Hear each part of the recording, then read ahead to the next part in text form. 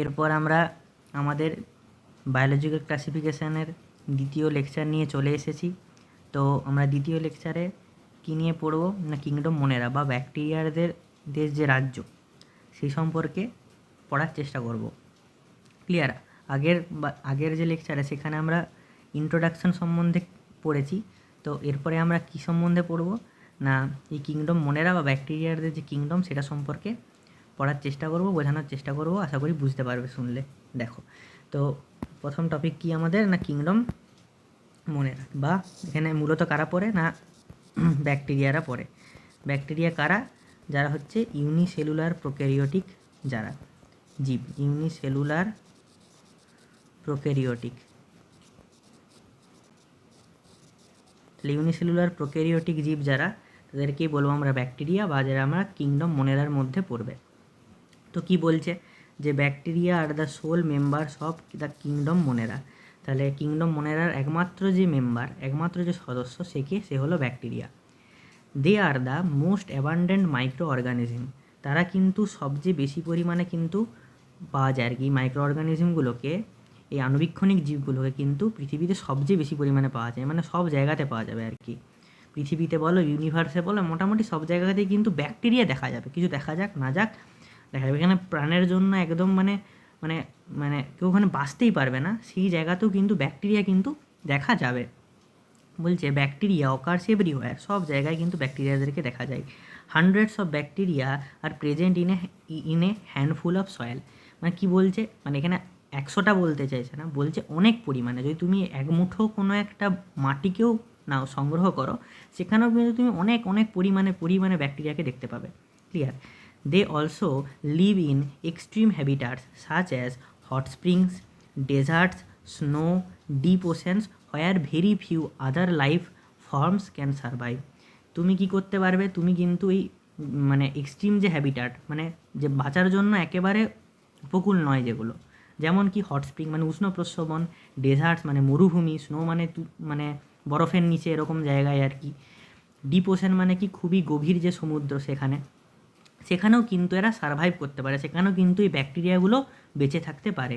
Many of them live in or on other organisms as Parasite. কেউ কেউ আবার কোনো ব্যাকটেরিয়া আবার কোনো একটা জীবের মধ্যে অথবা জীবের ওপরে, হ্যাঁ, সেখানেও কিন্তু প্যারাসাইট হিসেবে, মানে কি পরজীবী হিসেবে বসবাস করতে পারে। ক্লিয়ার? পরজীবী হিসেবে কিন্তু বসবাস করতে পারে। বোঝা গেল? এবারে বলছে ব্যাকটেরিয়ার গ্রুপড আন্ডার 4 ক্যাটাগরিজ। 4টা ভাগে ভাগ করা হয়। কিসের ভিত্তিতে ভাগ করা হয় না, শেপের ভিত্তিতে ভাগ করা হয়। কীরকম না, স্ফেরিক্যাল কক্কাস ব্যাকটেরিয়া, মানে কি গোল কক্কাস ব্যাকটেরিয়া, কক্কাই ব্যাকটেরিয়া দেখা যায়। প্লুরালে আমরা কক্কাই বলবো, আর একটাকে বলবো আমরা কক্কাস। তো স্ফেরিক্যাল মানে গোল আকারের coccus bacteria. The rod shaped bacillus, হ্যাঁ, রড আকারের ব্যাসিলাস। ক্লিয়ার? রড শেপ যে ব্যাকটেরিয়া, যার নামকে বলি ব্যাসিলাস, প্লুরাল বললে ব্যাসিলাই। এরপর এই ছবিটা একটু ভালো করে লক্ষ্য করো, এই ব্যাসিলাসের ছবিটা। এনসিইআরটি ছবিগুলোকে ভালো করে বোঝার চেষ্টা করতে। এখানে একটা অন্যরকম একটা স্ট্রাকচার দিয়েছে না, এটা কি বলতে পারবে তোমরা? এটাই কিন্তু বলা হয় স্পোর। এটা একটা স্পোর, কিন্তু এটা কী স্পোর? এটাকে বলা হচ্ছে এন্ডোস্পোর। এন্ডোস্পোরের কাজটা কি না, হচ্ছে যেখানে খুব এক্সট্রিম কন্ডিশন, বললো না যে এক্সট্রিম কন্ডিশন থাকতে পারে, এরা খুব এক্সট্রিম কন্ডিশন, একদম বাঁচার জন্য অনুকূল নয়, সেই এক্সট্রিম কন্ডিশনে এরা রিপ্রোডাকশান এর মাধ্যমে রিপ্রোডাকশান করতে পারে সে, এবং রিপ্রোডাকশান করার মাধ্যমে কিন্তু এরা সারভাইভ করতে পারে এই সমস্ত ব্যাকটেরিয়াগুলো। ক্লিয়ার?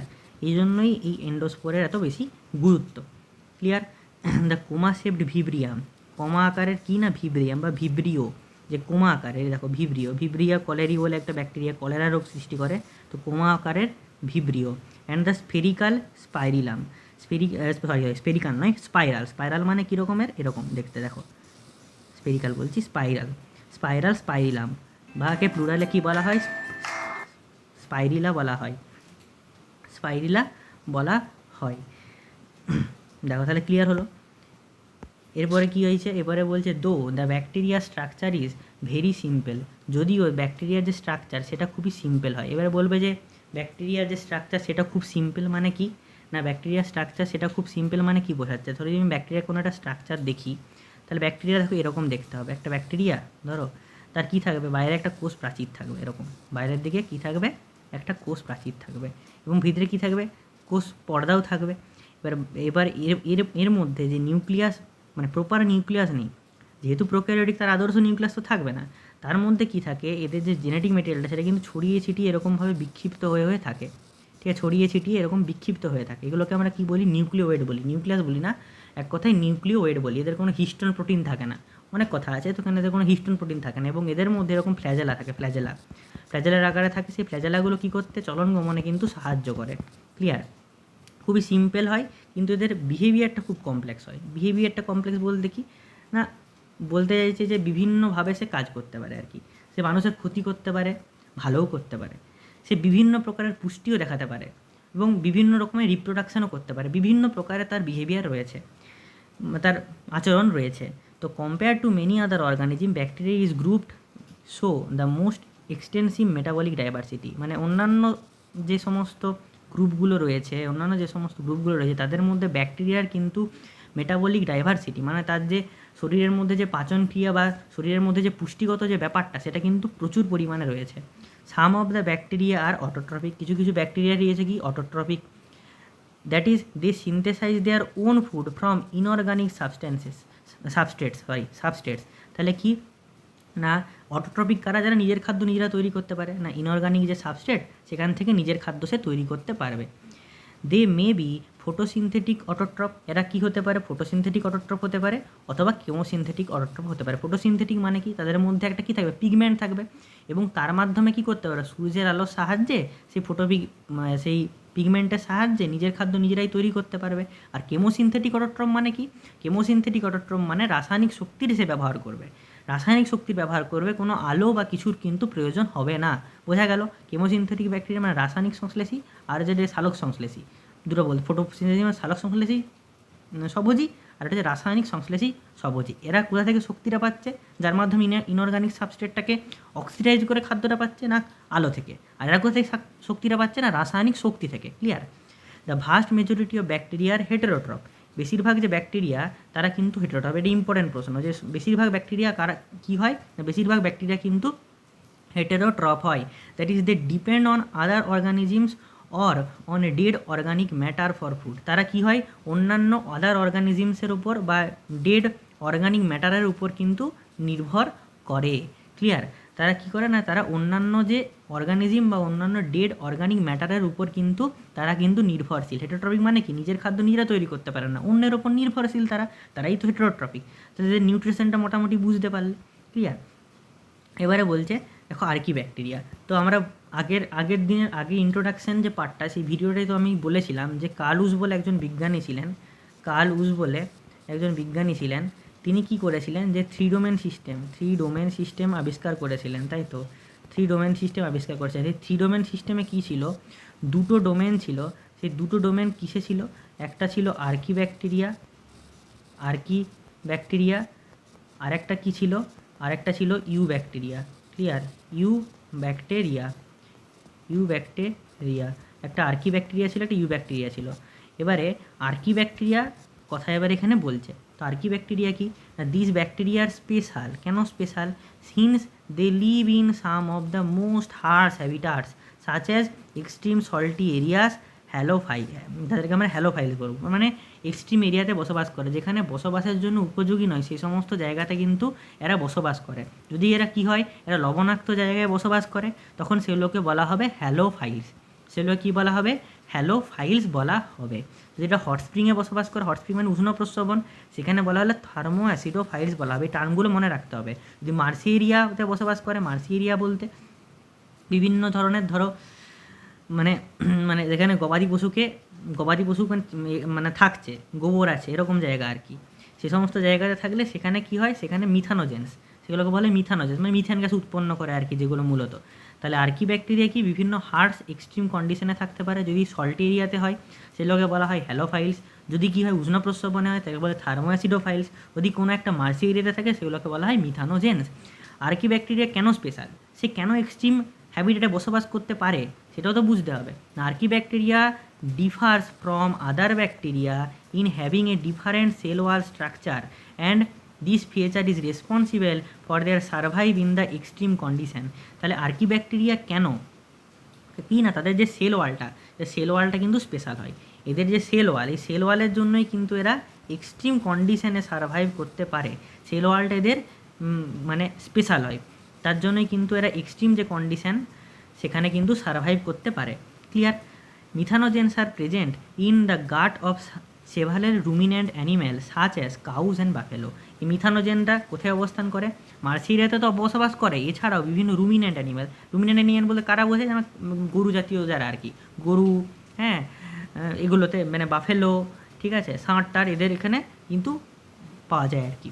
বুঝতে পারছো? রুমিনেন্ট অ্যানিম্যাল, এদের যে গাট বা পাকস্থলী, সেখানে কিন্তু মোটামুটি মিথানোজেনকে পাওয়া যায়, যারা মিথেন গ্যাস উৎপন্ন করে খাদ্যকে পচিয়ে। Clear? And they are responsible for the production of methane বা বায়োগ্যাস বলতে বায়োগ্যাস উৎপন্ন করতে কী লাগে না, গোবর করে বায়োগ্যাস উৎপন্ন করা হয়। সেখানে মিথেন একটা ভীষণ গুরুত্বপূর্ণ জিনিস, 50% প্রায় মিথেন দিয়েই তৈরি হয় ফ্রম ডাং অফ দিস অ্যানিম্যাল, মানে ওদের যে গোবর সেখান থেকে কিন্তু পাওয়া যায় এই মিথেন গ্যাসকে। ক্লিয়ার? তাহলে আর্কিব্যাকটেরিয়া সম্বন্ধে বুঝতে পারলে, তার আর্কিব্যাকটেরিয়া এক্সট্রিম কন্ডিশনে বসবাস করতে, কারণ তাদের সেল ওয়ালটা কিন্তু স্পেশাল, তারা হচ্ছে সেল ওয়ালটা কিন্তু স্পেশাল, তার জন্য এরা কিন্তু এক্সট্রিম কন্ডিশনে বসবাস করতে পারে। এরপরে কি না, এবার হচ্ছে ব্যাকটেরিয়াটা কী রকমের? ব্যাকটেরিয়া মানে যে আসল ব্যাকটেরিয়া, তাহলে আমার ব্যাকটেরিয়া সম্বন্ধে বুঝতে পারলাম, এতটুকু জানাই দরকার। এবার ব্যাকটেরিয়াটা কি না, there are thousand of different bacteria or true bacteria, যেগুলো বলে true bacteria. They are characterized by the presence of rigid cell wall. এদের ক্ষেত্রে এরকম সেল ওয়ালটাই কিন্তু ব্যাকটেরিয়ার মতো অতটা প্রতিরোধী নয় বাইরের হার্শ এনভায়রনমেন্টকে থেকে রক্ষা পাওয়ার জন্য আর কি। ঠিক আছে? এরা প্রচুর এক্সট্রিম কন্ডিশনে বসবাস করতে পারে না, কিন্তু বেশিরভাগ ব্যাকটেরিয়া কিন্তু ব্যাকটেরিয়া, এবং এক্সট্রিম কন্ডিশনে যারা থাকতে পারে মানে তাদের সেল ওয়ালের জন্য, সেগুলো কিন্তু ব্যাকটেরিয়া। তাহলে রিজিড সেল ওয়ালের জন্য। অ্যান্ড ইফ মোটাইল, এবং যদি সেটা কী হয়, মোটাইল হয়, মানে কি চলতে ফিরতে পারে, হ্যাঁ, ফ্ল্যাজেলাম একটা ফ্ল্যাজেলাও থাকে আর কি এদের মধ্যে, যেরকম ফ্ল্যাজেলা কিন্তু থাকে, এগুলো কী বলা হয়, ফ্ল্যাজেলা বলা হয়। এদের মধ্যে কী থাকে, ফ্ল্যাজেলাও কিন্তু থাকে, যাতে এরা চলাফেরা করতে পারে। এবারে ব্যাকটেরিয়াগুলোকে আমরা বিভিন্ন ভাগে ভাগ করবো। এদের পুষ্টির মোটামুটি আমাদের এনসিআরটিতে পুষ্টি অনুযায়ী এদেরকে ভাগ করা হয়েছে। ক্লিয়ার? পুষ্টি অনুযায়ী এদেরকে ভাগ করা হয়েছে। কী বলো তো, আগেই আমরা বলা হয়েছিল যে এদের যে নিউট্রিশন, সেটা অনুযায়ী এদেরকে একটা অটোট্রপে ভাগ করা হয়েছে, আর একটা কিন্তু হেটেরোট্রপে ভাগ করা হয়। ক্লিয়ার? হেটেরোট্রপে ভাগ করা হয়, তাহলে অটোট্রপে ভাগ করা হয় আর হেটেরোট্রপেও ভাগ করা হয়। অটোট্রপের মধ্যে দু রকমের হয়, একটা ফটোসিনথেটিক অটোট্রপ, একটা কেমোসিনথেটিক অটোট্রপ, এটা তো আমরা জানি। এটা ফটোসিনথেটিক আর একটা হচ্ছে কেমোসিনথেটিক। তাহলে ফটোসিনথেটিক অটোট্রপ আর কেমোসিনথেটিক অটোট্রপ দু প্রকারের হয়। এবার এই ফটোসিনথেটিক অটোট্রপ যেটা, সেই ফটোসিনথেটিক অটোট্রপের মধ্যে কারা পড়ে না, দেখো প্রথমে কী বলছে, সেগুলোর মধ্যে পড়ে মোটামুটি সায়ানোব্যাকটেরিয়া, যাদের মধ্যে কী থাকে না, পিগমেন্ট থাকে। ফটোসিনথেটিক হওয়ার জন্য তো পিগমেন্টের প্রয়োজন, সেই পিগমেন্টটা কাদের থাকে, সায়ানোব্যাকটেরিয়া বা নীলাভ সবুজ শৈবাল, তাদের থাকে। তাহলে the cyanobacteria also referred as, the cyanobacteria কী বলে, ব্লু গ্রিন অ্যালগি, নীলাভ সবুজ শৈবাল, তাদের মধ্যে কী থাকে, have chlorophyll a similar to the green plants and are photosynthetic autotroph. এরা কিন্তু ফটোসিনথেটিক অটোট্রপ হিসেবে কাজ করে। ফটোসিনথেটিক অটোট্রপ বলতে মানে পিগমেন্টের মাধ্যমে নিজের খাদ্যটা নিজেরাই তৈরি করতে পারবে। Photosynthetic autotroph cyanobacteria. তা সায়ানোব্যাকটেরিয়া আর ইউনিসেলুলার, এরা ইউনিসেলুলার হতে পারে, কলোনিয়াল হতে পারে, ফিলামেন্টাসও হতে পারে। এরা ফ্রেশ ওয়াটারে থাকতে পারে, ম্যারিন মানে সমুদ্রে থাকতে পারে, অথবা আবার টেরিস্টেরিয়াল মানে স্থলভূমিতেও কিন্তু থাকতে পারে। দ্য কলোনিজ, এবারে এদের কলোনিতে একটা বিশেষ বৈশিষ্ট্য দেয়, কী রকমের, the colonies are generally surrounded by gelatinous sheath, মানে এদের যে কলোনিগুলো, একটা কলোনি, এই কলোনিটা হচ্ছে চারপাশে কাভারিং থাকে, এই যে কাভারিং দেখতে নীল রঙের কাভারিং, এই যে এখানে লিখে যাবে মিউসেলেজেনিয়াস সিড, নীল কাভারিং যেটা দেখাচ্ছে এটা হচ্ছে মিউসেলেজেনিয়াস সিড, জিলেটেনিয়াস এক রকমের একটা আবরণ তাদের মধ্যে থাকে। দে অফেন ফ্রম, এরা কী করে, সায়ানোব্যাকটেরিয়ার একটা খারাপ প্রভাব আছে, সেটা কী করে না, blooms in polluted water body. গ্রাম অঞ্চলে যদি যাও তাহলে দেখতে পাবে যে পুরো মানে একটা মানে হচ্ছে পুকুরগুলো একদম পুরো সবুজ হয়ে গেছে, মানে সেটা মানে খাওয়াই যাবে না সেই জলটাকে। ঠিক আছে? সেটা কিন্তু মূলতই মানে সায়ানোব্যাকটেরিয়ার জন্যই হয়, নীলাভ সবুজ শৈবালের জন্যই কিন্তু হয়ে থাকে। Some of this organisms can fix atmospheric nitrogen, fix atmosphere মানে বাইরের যে পরিবেশে যে নাইট্রোজেনটা আছে সেটা কিন্তু এরা ফিক্স করতে পারে। কিসের মাধ্যমে করতে পারে, এদের যে কলোনিগুলো রয়েছে সেই কলোনির একটা স্পেশাল টাইপের কলোনি, যেটাকে বলা হয় হেটারোসিস্ট। এই হেটারোসিস্টটা কী করে না, ফ্রি অক্সিজেনকে ফিক্স করতে পারে, ফ্রি নাইট্রোজেনকে ফিক্স করতে পারে, ফ্রি নাইট্রোজেনকে এরা ফিক্স করতে পারে, ফ্রি নাইট্রোজেন তাদেরকে ফিক্স করতে পারে। এবং এই যে স্পেশাল স্ট্রাকচার সেটাকে কী বলা হয়? হেটারোসিস্ট। কাদের দেখা যায়? নস্টক আর অ্যানাবিনা, এদের ক্ষেত্রে লক্ষ্য করা যায়। তাহলে যদি আমি বলি এই যে ছবিটা মনে রাখবেন, নস্টক, তাহলে এর কী বৈশিষ্ট্য আছে? এর কলোনিয়াল হতে পারে, ফিলামেন্টাস হতে পারে, বিভিন্ন প্রকার হতে পারে, ফ্রেশ ওয়াটার, মেরিন, টেরিস্ট্রিয়াল হতে পারে। এবং এরা কী করে? মূলত ব্লুম সৃষ্টি করতে পারে। এদের মধ্যে কি থাকে? হেটারোসিস্ট থাকে। সেই হেটারোসিস্ট মাধ্যমে কী করতে পারে? ফ্রি নাইট্রোজেনকে এরা ফিক্স করতে পারে। ক্লিয়ার? এবং এদের বাইরে কি থাকে না? মিউসিলিনাস শীট থাকে। ঠিক আছে, ক্লিয়ার? প্রোটেক্টিভ আবরণ হিসেবে। এবারে তাহলে ফটোসিনথেটিক গেল, মূলত কে? Blue green algae. এবারে কেমোসিনথেটিক কি? কেমোসিনথেটিক মানে রাসায়নিক শক্তিকে ব্যবহার করে সে কী করবে? ইনঅর্গানিক সাবস্টেন্স থেকে, মানে সাবস্ট্রেটটা, সেখান থেকে কিন্তু শক্তিটা পাবে। তাহলে কি না? Chemosynthetic autotroph bacteria oxidize various না inorganic substrate such as nitrate, nitrites, ammonia, use the released energy. তাহলে এই দেখো, এই যে ইনঅর্গানিক সাবস্ট্রেট যেমন নাইট্রেট, নাইট্রাইটস, হ্যাঁ, অ্যামোনিয়া, এগুলোকে কী করে? এগুলোকে অক্সিডাইজ করে দেয়। এবং এগুলোকে অক্সিডাইজ করার ফলে কী পায়? এটিপি এনার্জি পায়। এবং এটিপি এনার্জি মানে সে শক্তি এভাবে কিন্তু সে নিজের মানে চাহিদাটাকে পূর্ণ করে। Clear? They play a great role in, তাহলে এদের কি গুরুত্বপূর্ণ ভূমিকা রয়েছে না? Recycling nutrient like nitrogen, phosphorus, iron and sulphur. এগুলো মানে রিসাইক্লিং নিউট্রিয়েন্ট লাইক নাইট্রোজেন, মানে বিভিন্ন ধরনের মানে খনিজগুলো বা যেগুলো আমাদের দৈনন্দিন জীবনে দরকার হয়, যেমন নাইট্রোজেন, ফসফরাস, আয়রন, সালফার, এদের যে একটা চক্র হয়, রিসাইক্লিং হয়, চক্রাকার আবর্তন হয়, সেটাতে কিন্তু সাহায্য করে এই সমস্ত কেমোসিনথেটিক অটোট্রফেরা। ক্লিয়ার হয়েছে? এবারে আসছি হেটারোট্রফ। হেটারোট্রফ মানে কি? যারা নিজের খাদ্য নিজেরা তৈরি করতে পারে না, তারাই তো হেটারোট্রফ, তাই না? তারাই তো হেটারোট্রফ মূলত। তো এর মধ্যে কারা কারা পড়ে না? হেটারোট্রফগুলো কিন্তু আগেই বলা হয়েছিল এরা সবচেয়ে বেশি পরিমাণে পাওয়া যায়, মোস্ট অ্যাবান্ডেন্ট ইন নেচার হয়। এবং এরা মেজরিটিটাকেই ডিকম্পোজ করে, বিভিন্ন জিনিসগুলোকে, পচাগলা বস্তুকে, সেটাকে পরিবেশে মিশিয়ে দিতে সাহায্য করে, ডিকম্পোজ করে। Many of them have a significant impact on human অ্যাফেয়ারের গুরুত্ব মানে অনেক রয়েছে। যেমন কি না? দুধ থেকে দই তৈরি করা। They help making curd from milk. দুধ থেকে দই করতে সাহায্য করে হেটারোট্রফিক ব্যাকটেরিয়া। নামটা কি জানো তো? ল্যাক্টোব্যাসিলাস। আমাদের মাইক্রোব চ্যাপ্টার ক্লাস 12 সেখানে কিন্তু রয়েছে।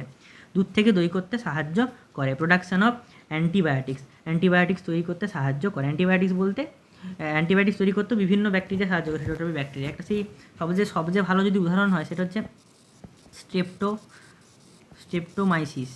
স্ট্রেপ্টোমাইসিসের যে মানে এগুলো থাকে, স্ট্রেপ্টোমাইসিস, গ্রিসিয়াস, এগুলো আছে, এগুলো কিন্তু অ্যান্টিবায়োটিক তৈরি করতে সাহায্য করে। ফিক্সিং নাইট্রোজেন ইন লেগুম, যেমন তোমাদের হচ্ছে রাইজোবিয়াম। ঠিক আছে, ঠিক আছে। এবার রাইজোবিয়াম বলবে তোমার রাইজোবিয়াম তো মিথজীবিতা করে, তাই না? তোমাদের মধ্যে একটা ধারণা আছে, কিন্তু এনসিআরটি একটু ভালো করে পড়ে দেখবে, দিকে কী লেখা আছে ভালো করে। আমি বলবো না, তোমরা যে এনসিআরটি হচ্ছে ওই মিনারেল নিউট্রিশন বলে একটা চ্যাপ্টার আছে, সেখানে দেখবে যে রাইজোবিয়াম আসলে কী করে, তাই না?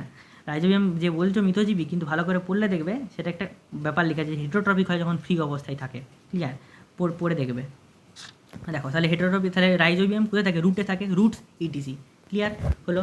এবারে সাম আর প্যাথোজেন, এবং কিছু দেখো কিছু ভালোও করছে, যেমন মিথজীবিতা করতে সাহায্য করছে রাইজোবিয়াম। কিছু কী করছে? অ্যান্টিবায়োটিক তৈরি করে, যেমন স্ট্রেপ্টোমাইসিস। বলেছিল না যে তার কি ভেরি কমপ্লেক্স ইন বিহেভিয়ার, কখনো মানুষের ক্ষতি করছে, কখনো মানুষের ভালো করছে। ল্যাক্টোব্যাসিলাস, এই যে ল্যাক্টোব্যাসিলাস যেটা কোথায় লিখে দিই, ল্যাক্টোব্যাসিলাস যেটা, সেই ল্যাক্টোব্যাসিলাসটাও কি? ল্যাক্টোব্যাসিলাস সেটাও কী করছে? সাহায্য করছে, কখনো তো ক্ষতিও করছে না। তো সামার কি প্যাথোজেন হিসেবেও কাজ করতে পারছে। ঠিক আছে? ড্যামেজ হিউম্যান বিংয়ে ক্ষতি করে, যেমন ক্রপসকে, বিভিন্ন ধরনের শস্যকে। ঠিক আছে? শস্যে বিভিন্ন রোগ হয় না? ফার্ম অ্যানিম্যালকে, বিভিন্ন গবাদি পশুর বিভিন্ন রোগ হয়। ঠিক আছে? সেই সমস্ত রোগের জন্য পেটস, তাদের যে বিভিন্ন রোগ। এছাড়া কলেরা, আমরা জানি ভিব্রিও কলেরি সৃষ্টি করে কলেরা। টাইফয়েডকে সালমোনেলা টাইফি সৃষ্টি করে। ঠিক আছে? টিটেনাস যে রোগটা, সেটা কী করে না? ক্লস্ট্রিডিয়াম টিটানি বলে একটা জীবাণু রয়েছে, সেটা মানে মাটিতে হাত দিলেই মানে এই রোগটা ছড়িয়ে দিতে পারে। আগে থেকে টিটেনাসের টিকা দেওয়া হয়। তো ক্লস্ট্রিডিয়াম টিটানি কিন্তু এই রোগটা সৃষ্টি করে। এছাড়া সিট্রাস ক্যাঙ্কার মানে ওই লেবু গাছগুলোতে যেগুলো হয়, এর ব্যাকটেরিয়ার নাম হচ্ছে জ্যানথোমোনাস অ্যাক্সনোপোডিস। ঠিক আছে? বুঝতে পারলে? জ্যানথোমোনাস অ্যাক্সনোপোডিস এই জীবাণুর নাম, যেগুলো মনে রাখতে হবে না, তো জেনে রাখা ভালো আর কি, নিজের জ্ঞানের জন্যে। তো এইগুলো ডিসিজ তৈরি করে বিভিন্ন রকম আলাদা ব্যাকটেরিয়ার দ্বারা। কী ব্যাকটেরিয়া বললাম আমি। এবারে দেখো বলছে ব্যাকটেরিয়া কীভাবে রিপ্রোডাকশন করে, সেখানে এবারে যাওয়া যাচ্ছে। বলছে bacteria reproduce mainly by fission মানে বাইনারি ফিশনের মাধ্যমে। ধরো একটা ব্যাকটেরিয়া, সেটা বাইনারি ফিশনের মাধ্যমে দুটো ব্যাকটেরিয়াতে রূপান্তর, যেমন অ্যামিবা করে আর কি, সেরকম ফিশনের মাধ্যমে করে, মানে বিভাজনের মাধ্যমে। Sometimes under unfavourable condition. যদি আনফেভারেবল কন্ডিশন মানে কন্ডিশনটা ভালো নয়, আনফেভারেবল, তখন কী করে এরা প্রডিউসের স্পোর। আমি দেখো আগের পাতে এন্ডোস্পোর পড়িয়েছিলাম না, যে আনফেভারেবল কন্ডিশন, যখন extreme condition, unfavourable condition reproduction মানে মাধ্যমে সার্ভাইভ করতে পারে, তার স্পোরের মাধ্যমে কিন্তু ব্যাকটেরিয়া সার্ভাইভ করতে পারে। They also reproduce by sort of sexual reproduction, sexual রিপ্রোডাকশনের মাধ্যমে করতে পারে কীভাবে না, by adopting a primitive type of DNA transfer from one bacterium to another, একটা ব্যাকটেরিয়া থেকে আরেকটা ব্যাকটেরিয়াতে ডিএনএকে ট্রান্সফার করার মাধ্যমে। এবারে বলবে এটা কী রকমের হলো না, ব্যাকটেরিয়াতে একটা বিশেষ গঠন দেখা যায়, যেটাকে আমরা এরকম গঠন দেখা যায়, যেটাকে আমরা বলি পিলি, ঠিক আছে, পিলি বলে একটা গঠন দেখা যায়। এই পিলিগুলো, এই দুটো পিলি ধরো, দুটো পিলি এরকম মিশে যে একটা কী করে টিউব তৈরি করে, এবং সেখানে যে তার জেনেটিক মেটেরিয়াল বা ডিএনএ যেটা আছে ধরো, সেই ডিএনএটা কিন্তু এখানে এসে ট্রান্সফার হয়। এবার এটা মোটামুটি কনজুগেশন বলে আর কি, কনজুগেশন বলে একটা নাম আছে, এটা যাই হোক অত জেনে লাভ নাই। এভাবে কিন্তু করে, এই পিলির মাধ্যমে একটা সেক্স টিউব তৈরি করে, এবং সেই টিউবের মাধ্যমে ট্রান্সফার করার মাধ্যমে কিন্তু এরকম কিন্তু সেক্সুয়াল রিপ্রোডাকশানটা কিন্তু সে করতে পারে। বোঝা গেল, তাই প্রিমিটিভ যে ডিএনএ ট্রান্সফার তার মাধ্যমে কিন্তু এটা করতে পারে। এবারে কি আসছে না মাইক্রোপ্লাজমা, এবার তাহলে মাইক্রোপ্লাজমার কথা আসছে না, মাইক্রোপ্লাজমা জিনিসটা স্পেশাল কি না, মাইক্রোপ্লাজমা হচ্ছে এমন একটা জীব that completely lack cell wall, তাদের মধ্যে কোনো সেল ওয়াল নেই। ইম্পর্ট্যান্ট, এমন একটা ব্যাকটেরিয়ার নাম বলে, মানে প্রশ্ন পড়বে এখান থেকে যে এমন একটা ব্যাকটেরিয়ার নাম বলো তার সেল ওয়াল নেই, না mycoplasma. Clear, they are the smallest living, সবচেয়ে মানে ছোটো, স্মলেস্ট লিভিং সবচেয়ে ছোটো, যেটা আমরা জানি আর কি, সবচেয়ে ছোটো একদম, সবচেয়ে ক্ষুদ্র, স্মলেস্ট লিভিং সেল হিসেবে পাওয়া যায় আর কি মাইক্রোপ্লাজমা, সবচেয়ে ছোটো। ক্যান সার্ভাইভ উইদাউট অক্সিজেন, এমন একটা ব্যাকটেরিয়ার নাম বলে যেটা অক্সিজেন ছাড়া বাঁচে, অবশ্যই মাইক্রোপ্লাজমা। এমন একটা ল্যাক সেল ওয়াল, অবশ্যই মাইক্রোপ্লাজমা। স্মলেস্ট লিভিং সেল, সেটাও কিন্তু মাইক্রোপ্লাজমা।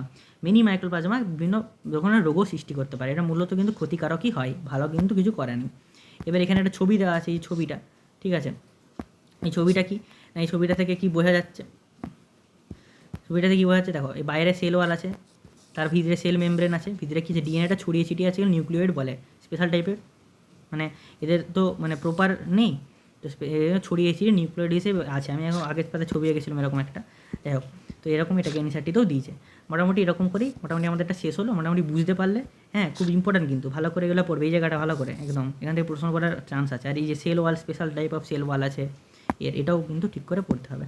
যাই হোক, ওকে, থ্যাংক ইউ।